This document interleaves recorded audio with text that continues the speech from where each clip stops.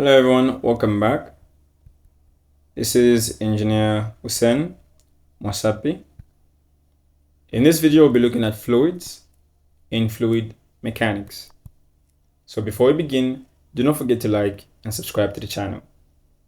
All right, let's get to it. So to start with, let us first understand how we can define a fluid. A fluid by definition is a substance that deforms continuously under the application of a shear, or other books could call it a tangential stress. Now, a fluid can either be a gas or a liquid. Now, what am I trying to say? In other words, if we consider a fixed plate, meaning it's not moving, and say we also have another plate on top of it called the upper plate. If we have a section where we choose to study our fluid,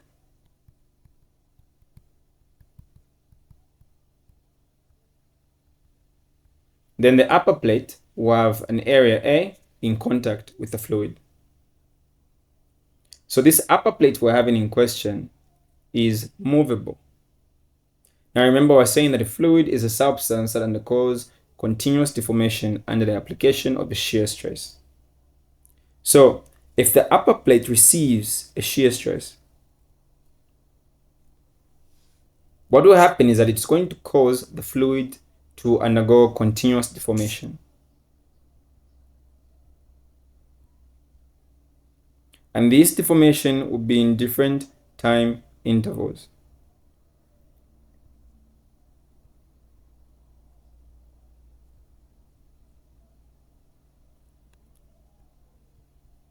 Just like that.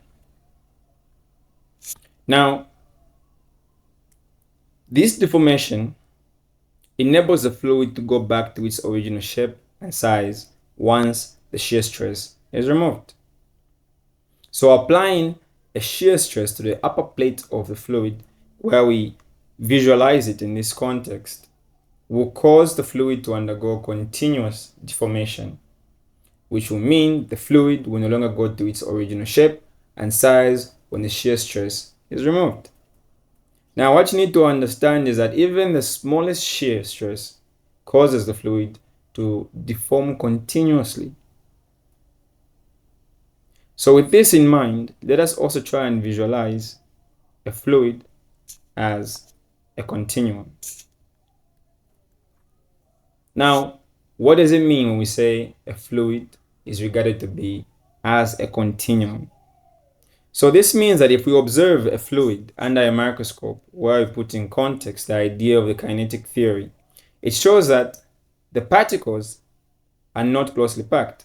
And if you use a comparison, we can use solids. So as a result, they are able to move by vibrating and covering short distances. Therefore, if we try to put this in a nutshell, fluid as a continuum just tells us that the continuous assumption states that fluid properties will be different, rather vary continuously and smoothly in space. Now, with this said, let us understand how these fluid properties vary continuously and smoothly in space by understanding the properties of fluids. So what are these properties of a fluid? So to start with, we're going to look at what is known as the mass density of a fluid. So what is the mass density? It is denoted by a slanted P, which is basically known as the rho. This is defined to be the ratio of the mass of the fluid to its volume. The best way to understand these properties of the fluid in terms of density is understanding the whole idea of density. We know density is defined to be the mass of a substance in question divided by its volume. So in a similar manner, when we say mass density of the fluid, we're talking about the mass of the fluid divided by the volume of the fluid. So we're saying that rho is mass of fluid divided by the volume of the fluid. What would be the units? So the units are basically kilograms per meter cubed. The mass density of a fluid is sometimes regarded to be the specific mass of the fluid. So in other books, you'd find this to be called specific mass of the fluid. Of the fluid. What other property do we have? We have what is known as the weight density, which is sometimes referred to as the specific weight. Now, what I want you to know is anything that is specific is not actual. When we say specific mass, specific weight, specific whatever it can be, it's not really the actual thing. So when we're looking at the specific weight, which is basically the weight density, this is the ratio of the weight of the fluid to its volume. So we're saying weight density is weight of fluid to the volume of the fluid. The units we use are newtons per meter cubed. So we say the weight is weight of fluid over volume of fluid, and newtons per meter cubed. This is also written as specific weight, being equivalent to the weight of the fluid per its volume, newtons per meter cubed. So like I was trying to say, the specific weight is not the actual weight of the fluid. It is just the weight the fluid occupies. So with that said, to understand the specific weight, remember I was saying specific weight is equal to the weight of the fluid. Weight of fluid over the volume of the fluid. So specific weight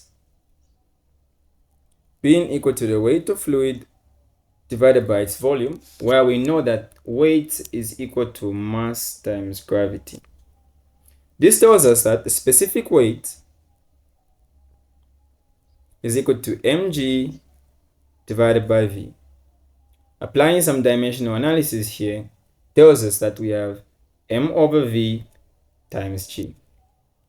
But remember that specific mass, or the mass density, is the mass of the fluid by its volume, which tells us to say that the specific weight of a fluid can be defined as the mass density times gravity.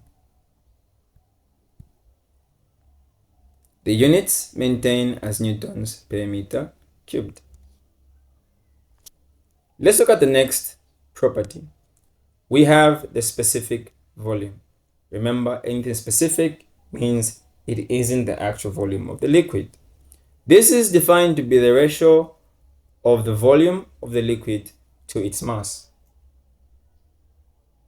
So we're saying that specific volume is equal to the volume of the fluid divided by the mass of the liquid, which is the fluid in study. So let's just say fluid. So specific volume is the volume of the fluid, or the liquid rather, divided by the mass of the fluid or liquid. And the units will be meter cubed per kilograms. Now, if you look close at this. We're saying volume divided by the mass. Remember that the mass density was mass over volume. So this tells us to say that the specific volume can also be defined as the inverse of the mass density of the fluid, where we say 1 over rho. Let's remember that. Now, to move on with the properties, let's also look at what is known as specific gravity. This is a term we'll be seeing quite often. Specific gravity is a ratio of the specific weight of a fluid to the specific weight of a standard liquid. The standard liquid you're looking in question is water. So specific gravity is equal to the specific weight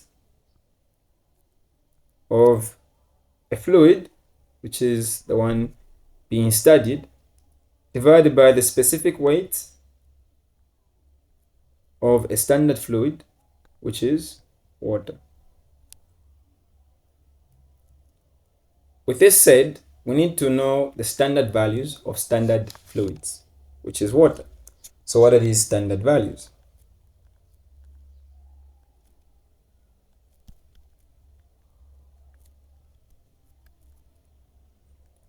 The first is mass density of water. The mass density of water is 1,000 kilograms per meter cubed. Let's look at the weight density. Remember, mass density can also be called specific mass. Weight density can also be called specific weight, and that is of water. So we know specific weight, which is weight density, is mass density of water times gravity. So we know that the mass density of water is 1,000 times gravity, which is 9.81, telling us to say that the weight density of water is 9,810 newtons per meter cubed. So if you have any queries, you can reach out to me on WhatsApp on the line +260 77 149 5252. Remember, slow progress is better than no progress. Let's strategize before becoming a statistic. Let's try to push for that A+.